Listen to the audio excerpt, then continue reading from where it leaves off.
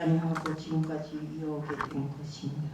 우리들도 그 옛날의 사도들을 본받아 정말로 주님의 복음을 전하기 위해서 애쓰고 노력하는 자로 살아가게 하여 주시옵소서. 이 시간도 주님 앞에 맡기며 예수 그리스도를 받들어 감사하며 기도드리옵나이다. 아멘. 유대인들은 그 자기 자식들에게 무엇을 전하는가 하면 항상 물고기와 여우에 대해서 전한다고 합니다. 네, 뭐인가 하면 어느 날 여우가 산에서 바닷가로 내려와 보니 둥둥 떠다니는 고기들이 너무 먹고 싶었어요. 그러니까 저걸 어떻게 하면 먹을까 생각하다가 옳지, 내가 한 가지 깨를 생각해내야지 하고 깨를 생각해낸 것이 뭔가 물고기를 이 육지에 올라오게 하는 방법을 생각했습니다. 그래서 바닷가에 대고 소리를 지릅니다. 여보시오 물고기님들, 지금 당신들이 얼마나 위험한 처지에 있는지 아십니까? 저 깊은 곳에 고래와 상어떼들이 당신들을 잡아먹으려고 지금 한참 올라오고 있는 중이니까 빨리 거기서 피해가지고 그 위험한 지역에서 피해가지고 육지로 올라오라고 합니다. 물고기들이 모여서 회의를 했어요. 회의를 하니까 뭡니까? 나가자는 놈 안 나가자는 놈 해서 서로 의견이 분분한데 물고기들이 물에서 떠나서 살 수 있으니까 없잖아요. 그러니까 결국에는 나가지 않기로 결정을 내렸습니다. 그래서 대표 물고기가 물 밖으로 입을 쫙 내밀고 여우님 우리를 이렇게 생각해 주신 것은 감사하지만 우리는 물에서 나가면 말라 죽기 때문에 못 나가겠습니다. 어려운 대로 이곳에서 그냥 살겠습니다. 이랬대요. 정말 유대인들은 이 이야기를 자네들에게 자주 들어주면서 유대인으로 살아야 할 이유를 말하는 것입니다. 유대인은 유대에서 살아야지 다른 데 가면 안 된다는 것을 자네들을 들어간다고 합니다.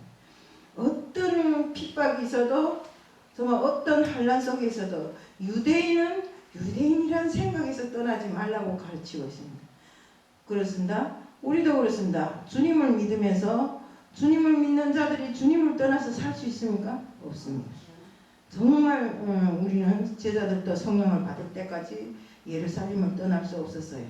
이 시간에 같이 생각하고자 하는 본문은 예수님께서 부활하신 후에 정말 이 세상에 사는 동안 며칠이었어요? 40일이잖아요. 그 40일 동안 11번 이상 각각 다른 장소에서 각각 다른 사람에게 각각 다른 모양으로 나타나셨고 또 승천하기 직전에는 11사도를 모아두시고 전도의 지상명령을 내리신 것입니다.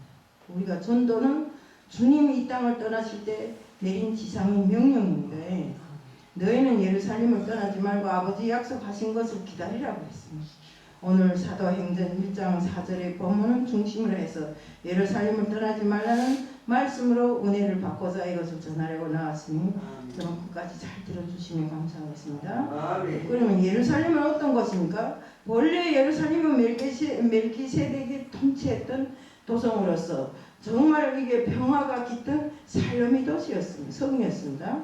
창세기 14장 18절에 있듯이 예루살렘은 여호와 이레와 살로미 도성이었습니다. 또 이 도성은 수천 년 동안 지상에서 종교화된 종교적 이상입니다. 지금도 그곳에 가면 수많은 순례자들이 그곳을 다녀가고 정말 그 순례자들의 행렬이 그치지 않는다고 합니다. 지금도.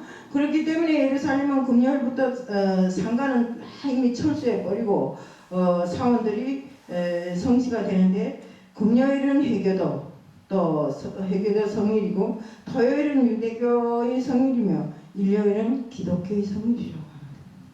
이곳에 3대 종교가 모여서 제각기 이곳이 예루살렘은 자기들이 성지라고 주장하면서 세계가 시끌벅적하도록 투쟁하고 싸움하고 이렇게 한다고 합니다. 그리고 이 도성은 수천 년 동안 많은 선지자들을 돌로 쳐 죽인 우리 스테반 집사도 돌로 맞아 죽었잖아요. 쳐 죽이고 자기에게 파송된 하나님의 아들마저도 십자가에 달려서 죽인 이런 율법의 도시입니다. 살인의 도시고 정죄의 도시였습니다. 그래서 주님은 이 도시를 보시고 우셨고 제자들도 이 도시에 가기를 기피했습니다. 누가복음 13장 34절에 보면 베드로가 주여 여기가 좋사오니 초막 셋을 이곳에 세워 하나는 주님을, 하나는 모세를, 하나는 엘리야를 있게 하고 저 예루살렘에는 다시 가지 말자고 했습니다. 왜 예루살렘을 떠나지 말라고 하셨을까요? 사도들이 강력한 단결력을 위해서, 또 단결력과 구심력을 위해서 예루살렘을 떠나지 말라고 했습니다. 기독교의 구심력 형성과 제자들이 단결력을 위해서는 무엇보다도 예루살렘을 떠나지 말아야 한다는 것입니다.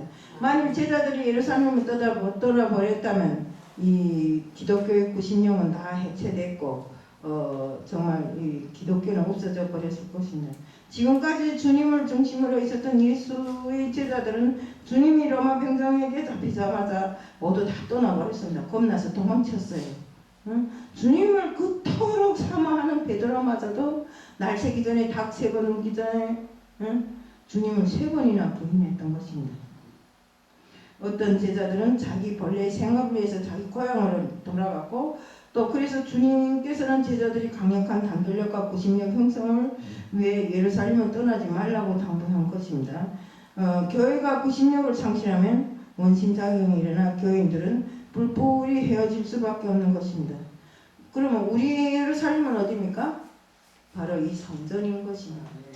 때문에 이 교회를 우리는 어떤 환경이 있어도 어떤 어려운 핍박이 있어도 교회를 떠나지 말아야 됩니다. 그래야 우리가 주님이 그 계획 속에 살게 되면 주님의 뜻을 받을 수 있는 이런 기회가 되는 것입니다. 그리스도 십자가의 구속의 꿈을 이곳에서부터 실천하자는 의미가 들어있습니다. 옛날부터 예루살렘은 많은 선지자들과 하나님이 종들을 돌로 쳐 죽이고 마지막에 자기들에게 파송된 하나님의 독생자까지 십자가에 못 박아 죽이는 도시였습니다. 이 율법의 도시, 정죄의 도시, 저주와 살인의 도시를 십자가 복음으로 구속하자는 복음이 강력한 의지가 들어있다는 말씀입니다.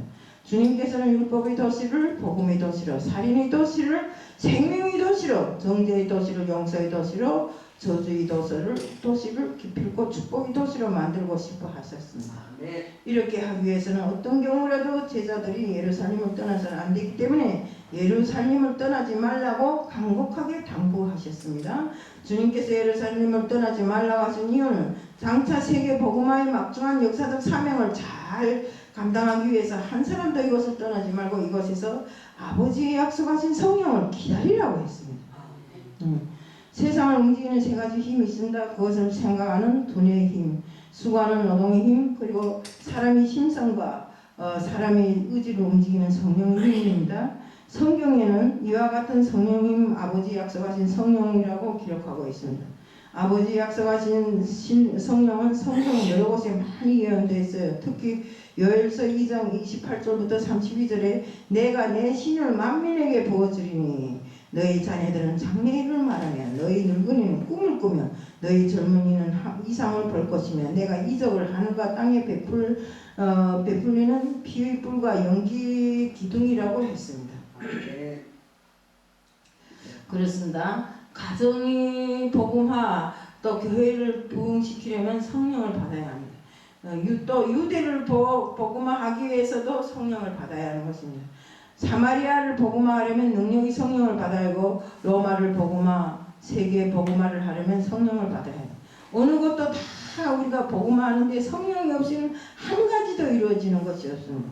그리고 내 가정, 내 이웃, 내 남편, 내 아내, 내 사랑하는 자녀, 내 사랑하는 부모 예수를 믿게 하려면 무엇보다도 성령을 받아야 하며 성령을 받으려면 예루살렘을 떠나지 말아야 할 것입니다.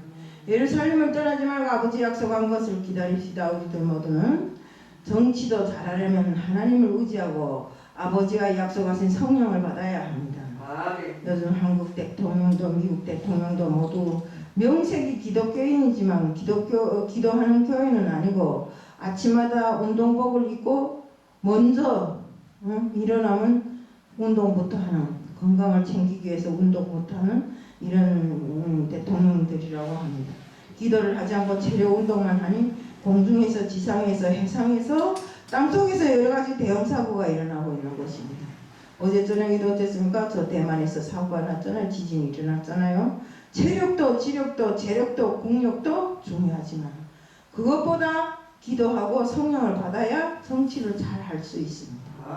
우리 사람의 마음을 감동시키는 성령의 능력, 죄인을 회개시켜 성자가 되게 하는 성령의 역사, 탕자가 변하여 효자 되게 하는 성령의 권능을 체험하려면 예루살렘을 떠나지 말고 약속하신 아버지 성령을 받는 것이 제일 중요한 것입니다.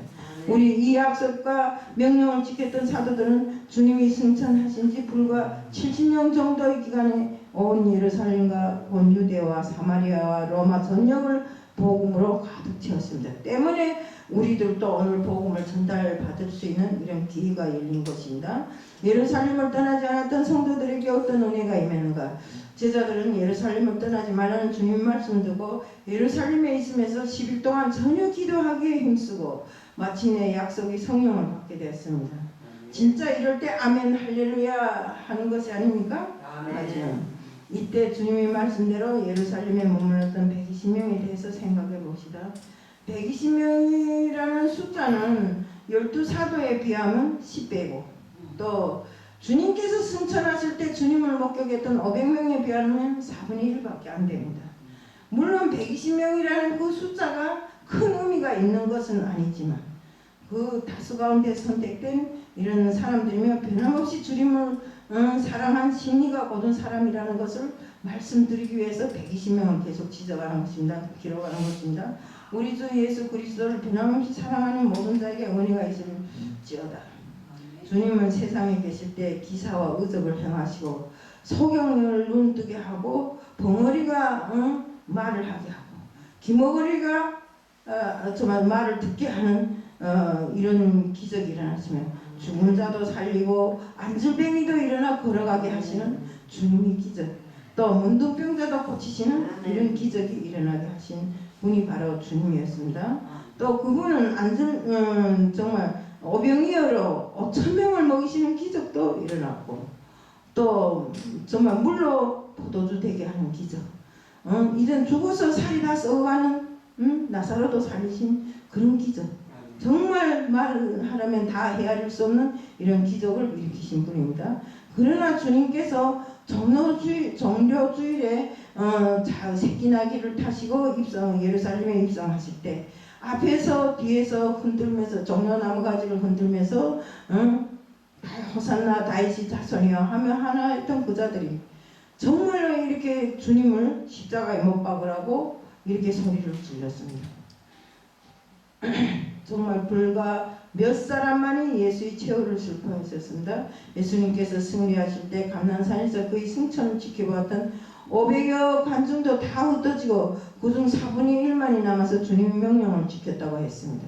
이 사람들이 바로 믿음의 십자가 심지가 굳은 사람들입니다. 누가 성령을 충만히 받을 수 있으며 누가 은혜를 충만히 받을 수 있습니까? 더 말할 것이 없이 심지가 곱고 변함없이 주님을 섬기는 이 사람들인 것입니다.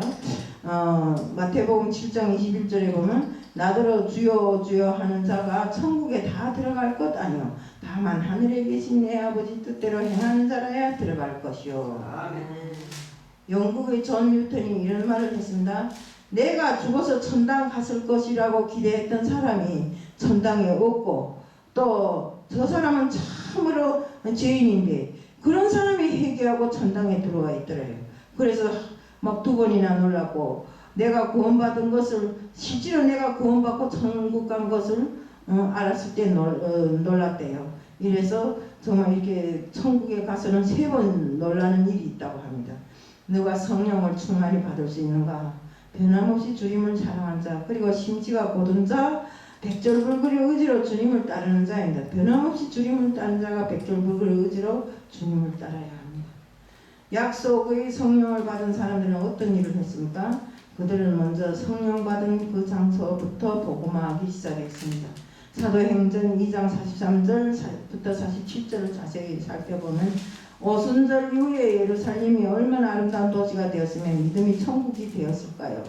이 율법의 도시를 복음의 도시로 만들었고 이 지옥 같은 산엄한 살인의 도시를 진짜로 천당으로 만들어 버렸어요. 사도들이 가르침을 받으며 성도가 한자리에서 사랑의 떡을 떼며 순전한 마음으로 음식을 나눠 먹고 하나님을 찬미하였습니다. 우리 교회도 그렇죠?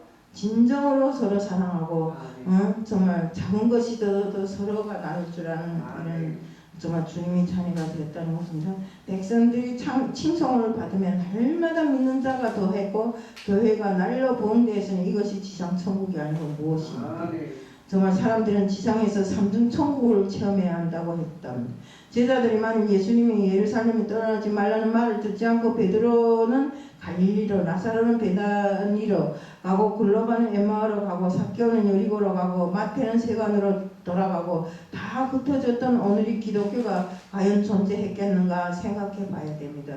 우리도 예루살렘을 떠나지 맙시다. 우리가 예루살렘을 떠나지 않고 기도하고 참여하고 사도의 가르침을 받게 되면 아버지의 약속을 받게 될 것입니다. 그러면 세계를 변화시키는 파죽지세에 막을 수 없는 능력을 받게 되고 땅 끝까지 주의 복음을 전파할 수 있는 권능을 받게 되는 것입니다.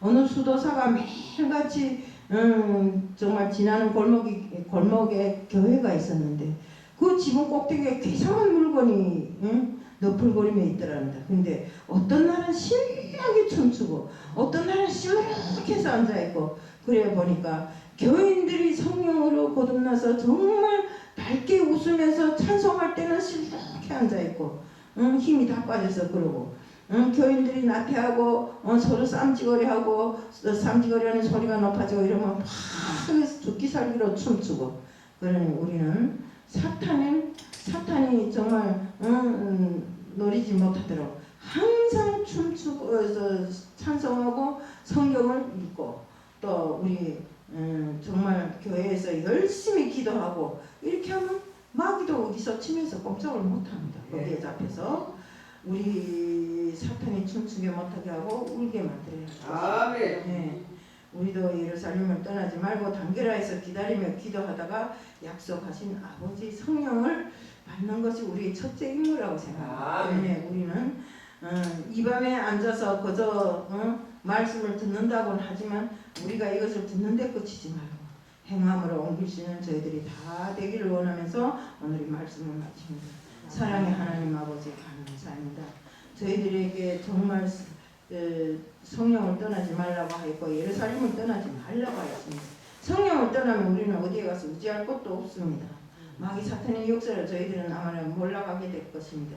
때문에 저희들 항상 예루살렘을 떠나지 말라는 주님의 말씀대로 이 성전을 지키고 이 성전에서 참여하고 이 성전에서 기도하는 저희들이 될 수 있게끔 하게 하여 주시옵소서. 오늘 이 시간도 주님 앞에 맡기오며 예수 그리스도를 받들어 감사의 기도드리옵나이다.